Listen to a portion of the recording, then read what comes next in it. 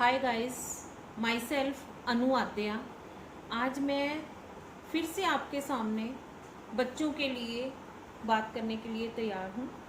तो ध्यान रखिए, आज का जो मेरा बात का विषय है वो बहुत ही ज़्यादा इम्पॉर्टेंट है।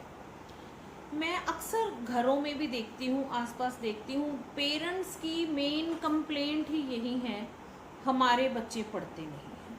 मैं बहुत बोलती हूँ, ये बैठते ही नहीं हैं, ये टाइम ही नहीं देते हैं। मतलब एक नहीं दो नहीं, शायद मोस्टली घरों की यही प्रॉब्लम है कि बच्चे पढ़ने के लिए क्यों नहीं बैठते, उनका पढ़ने में इंटरेस्ट क्यों नहीं है। बहुत ही कॉमन प्रॉब्लम है ये। तो उसके लिए मेरी आज पेरेंट्स के आगे कुछ सजेशंस हैं जो कि आप बड़े ध्यान से देखिए। पेरेंट्स को इस विषय में बहुत ज़्यादा ध्यान रखने की ज़रूरत है।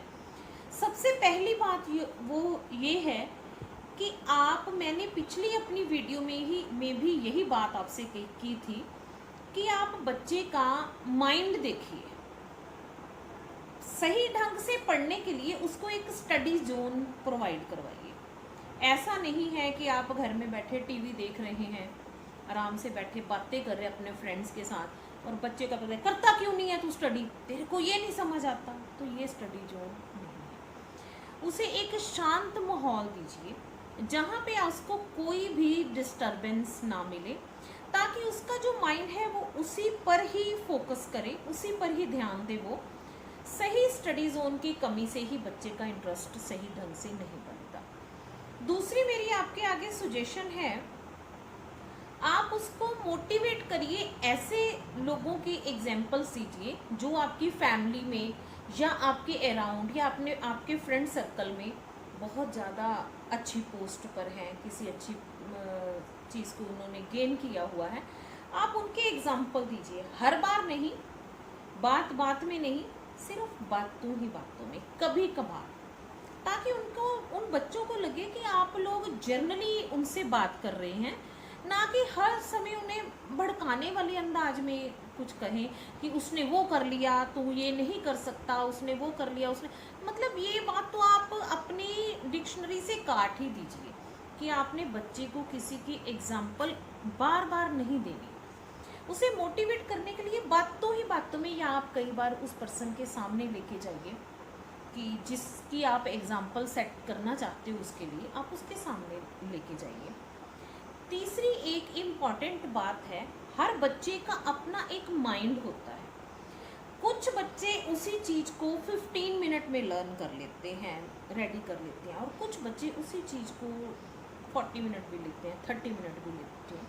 हर बच्चे का स्टडी में इंटरेस्ट और लर्निंग टाइम एक अलग होता है, उसका अपना माइंड होता है।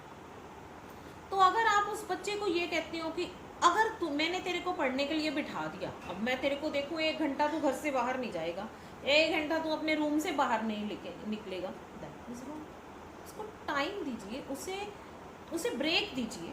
अगर वो 15 मिनट में सफिशिएंट वर्क कर रहा है तो आप उसे ब्रेक दीजिए 15 मिनट के बाद, क्योंकि उसको आदत है कि वो हर 15 या हाफ आवर के बाद ब्रेक लेकर पढ़ना चाहता है, रिफ्रेश होना चाहता है।